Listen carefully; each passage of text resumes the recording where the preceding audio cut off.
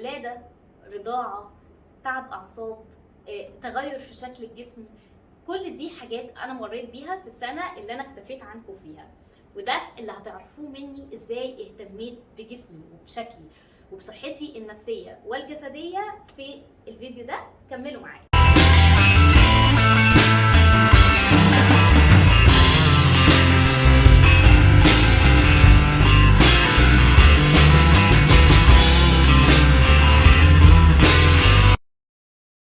اهلا بيكي، معاكي دكتور نورهان لطفي، اخصائيه التغذيه الحدسيه ضد الدايت، واللي بساعدك عن طريقها تتخلصي من الشراهه، من الاكل العاطفي، تاكلي بوعي وتوصلي للوزن البيولوجي الطبيعي بتاعك بدون اي دايت.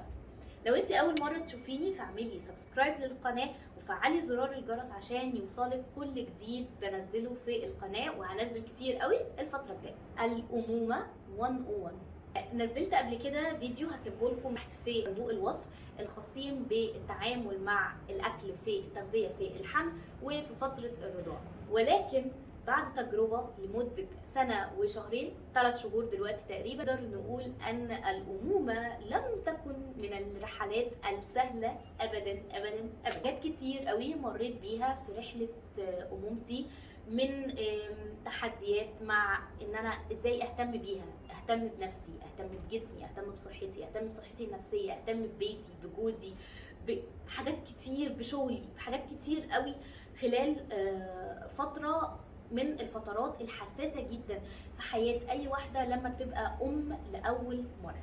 لو انا هقول ايه الحاجه اللي انا ركزت عليها خلال الفتره الاولى من التعامل مع الامومه، هي ركزت على اني ابقى انا اتعامل كنورهان. طبعا الموضوع ما كانش سهل خالص، لان انت بتبداي تكتشفي كتير عن نفسك وحاجات كتير قوي قوي عن نفسك في الفتره دي، وبتبقى فتره حساسه قوي وصعبه جدا.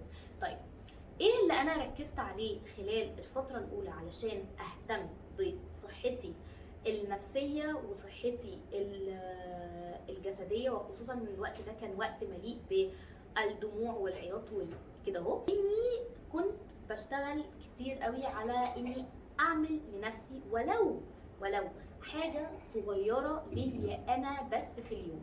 ممكن الحاجه الصغيره دي ان انا اخد كوبايه قهوه سخنه لا قدر الله، ممكن انا احضر لنفسي كوبايه قهوه، ان انا احضر لنفسي فطار.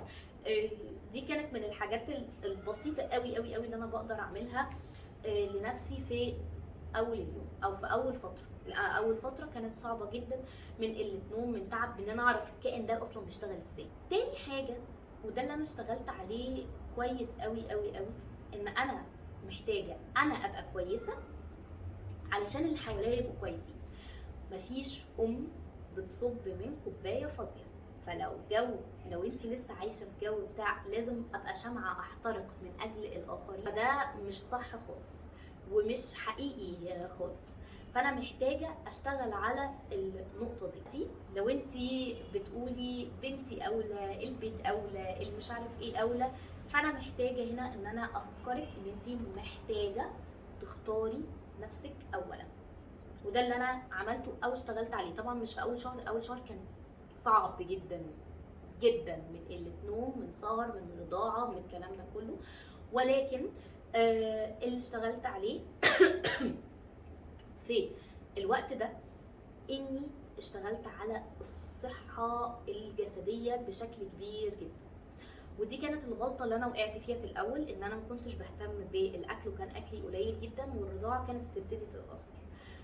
فلو انا هقول لك حاجه تبداي تعمليها من دلوقتي، هي لو انت لسه حامل فانت ابداي هاتي كميه حاجات. لو انت في التاسع مثلا او في الحمل، فهاتي كميه اكل وظبطيه وحطيه في الفريزر يبقى جاهز على التسويه مباشره. ولو انت ولدتي ومزنوقه، فمحتاجه تبداي تشتغلي على تنظيم الوجبات بتاعتك وتوفير حاجات سهله بسيطه سريعه تقدري تعمليها بسرعه الصبح مثلا، وخصوصا في وجبه الفطار لو انت معكيش حد في البيت. يوم كده تدي البيبي لباباه او لحد لو انت عندك الاوبشن ده، وتشتغلي بس ان انت توضبي كام حاجه كده يبقوا موجودين وجاهزين على الاكل وعلى التسخين على طول. طيب، تالت حاجه بقى، اهتميت بجسمي ازاي او اهتميت بصحتي ازاي غير الاكل؟ اللي انا اهتميت بيه ان انا كنت محتاجه ان انا اعمل روتين حركه يومي. مش دايما كنت بفلح الصراحه، ولكن رجعت للتمرين مؤخرا. ولكن قبلها كنت اللي بشتغل على ان انا بعمل يوجا في البيت 10 دقايق، بسيبها نايمه واعمل ال 10 دقايق. دلوقتي بقيت بتشد من شعري واعمل ال 10 دقايق كده. فدي من الحاجات اللي انا اشتغلت ان انا اعملها خلال الفتره دي. الحركه مهمه جدا جدا ليكي، سواء علشان النفسيه بتاعتك، علشان جسمك، علشان صحه جسمك، علشان مفاصلك، علشان كتافك، الكلام ده كله مع الرضاعه بيبقى مهم قوي ان انت تاخدي بالك منه. 10 دقايق او حتى ربع ساعه قسميها مع كل صلاه، 5 في 5 في 5. قسميها بالشكل اللي انت تحبيه. ممكن جزء منهم يكون انت بتلعبي مع البيبي ده، بترقصي معاه، بتعملي اي حاجه معاه. ولكن مهم قوي ان انت تكوني بتتحركي، ما تكونيش قاعده اغلب اليوم بتقومي يا اما بشغل البيت، يا اما بتقومي، يا اما انت قاعده مثلا بترضعي او بتعملي حاجه. ودي نقطه من النقط المهمه جدا جدا اللي انا كنتش واخده بالي منها في البدايه. تالت حاجه، محتاجه ان انت تكوني بتاخدي ولو 10 دقايق لنفسك في صمت.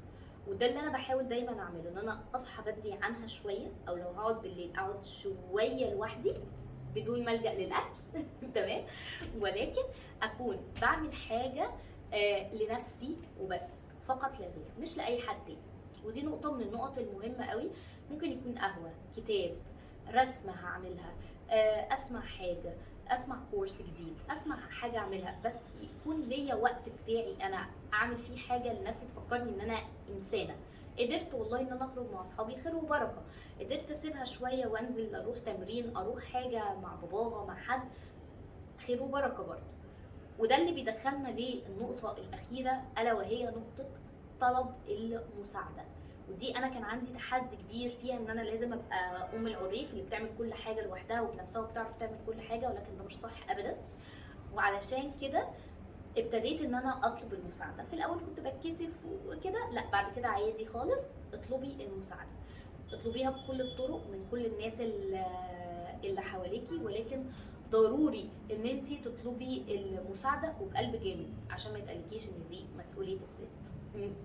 فدي برضو من النقط اللي انا ابتديت اشتغل، لان في تغييرات كتير قوي قوي قوي قوي.